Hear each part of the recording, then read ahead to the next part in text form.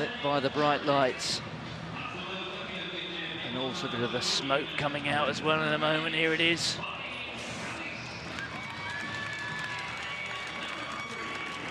Marin Kallis of Germany. She the first of the 8 athletes. Here is Elise van der Elst, I should say, from Belgium.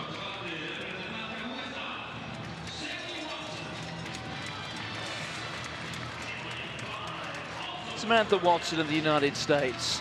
The Americans with 2 finalists here.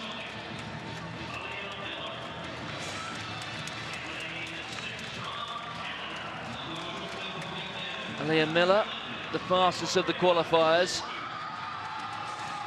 Perhaps the favourite. Canada have done well at these championships. Plenty of representatives in finals. There's Victoria Chichinski. And Betty Chepkemoi Sigai of Kenya. 2:03.61, her lifetime best. Comes here with a real chance.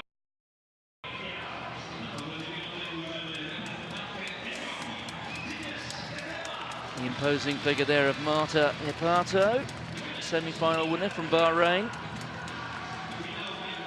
And Tigist Ketema from Ethiopia. So 8 finalists for the women's 800 metres.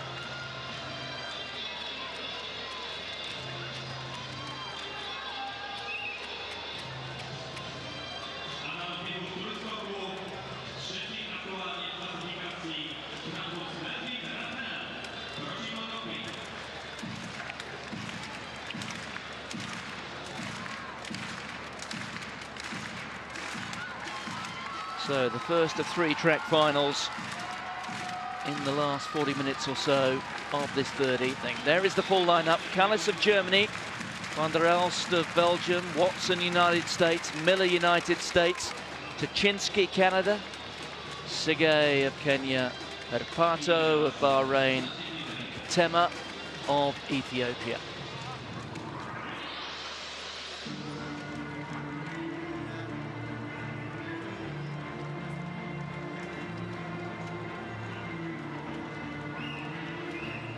Well, Americans won 2 of the 3 semi-final heats, Samantha Watson and Aliyah Miller. And they will really fancy their chances of taking the title, which was won by Archie Wilson in Barcelona 4 years ago. Wilson, who will go to the Olympic Games in Rio next month with a chance of a medal, perhaps even the title. Elise van der Elst, 2:05.05. She's the slowest of the 8 qualifiers. Here is Samantha Watson.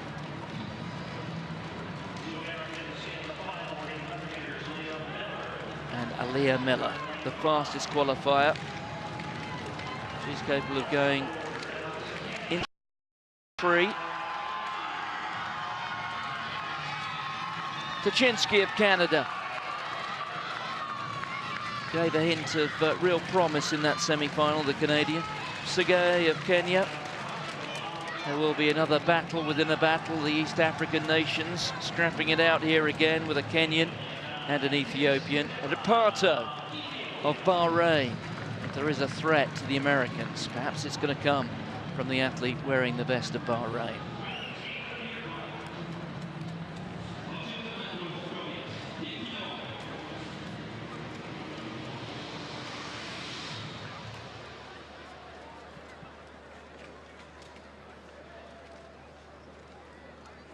The athletes set to be called to their marks for the final of the women's 800 metres.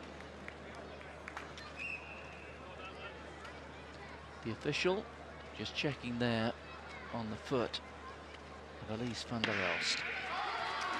But they do go.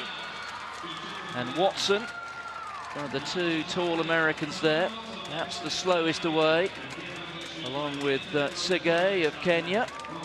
And it is Hippato coming across the track from the outside. Hippato has run 2:04.58, but significant that she won the Asian Senior Indoor title running 2:04.59. So on the basis of that, you would have thought there's real scope for improvement here from the athlete at the front of this field, Herpato. We've yet to see the best of her on a full 400-metre oval. But at the moment, Tim, this pace, with the athletes running 3, maybe even 4 wide, is very modest indeed.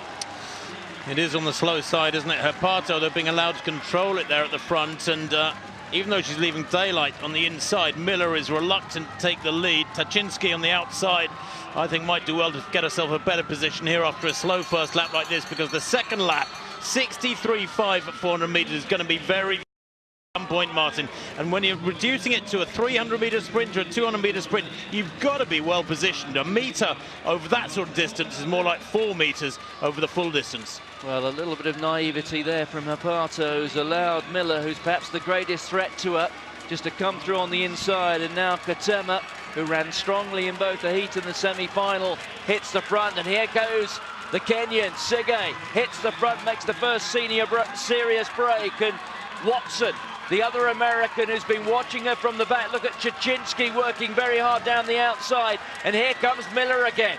And now Sige starts to run out of legs there on the inside. And now it's Watson making the best of her way home. And look at Miller, who's run a very strange race indeed, coming wide and coming fast.